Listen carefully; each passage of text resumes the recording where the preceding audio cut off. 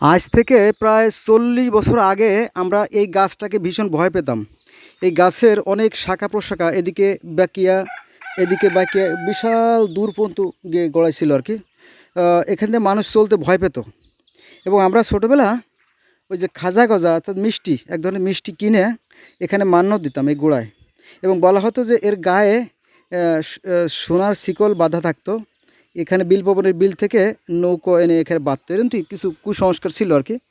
এখন সেই যে আতঙ্কের যে গাছ, মানে যে গাছকে দেখলে মানুষ ভয় পেত, সে গাছই এখন জরাজীর্ণ হয়ে গেছে।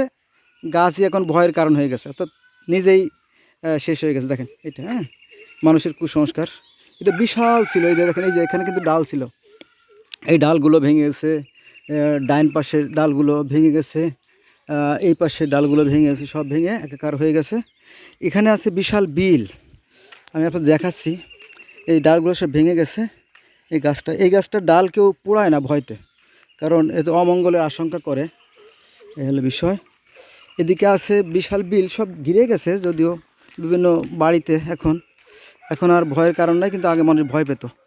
এই সেই বাস্তুখোলার গাছ।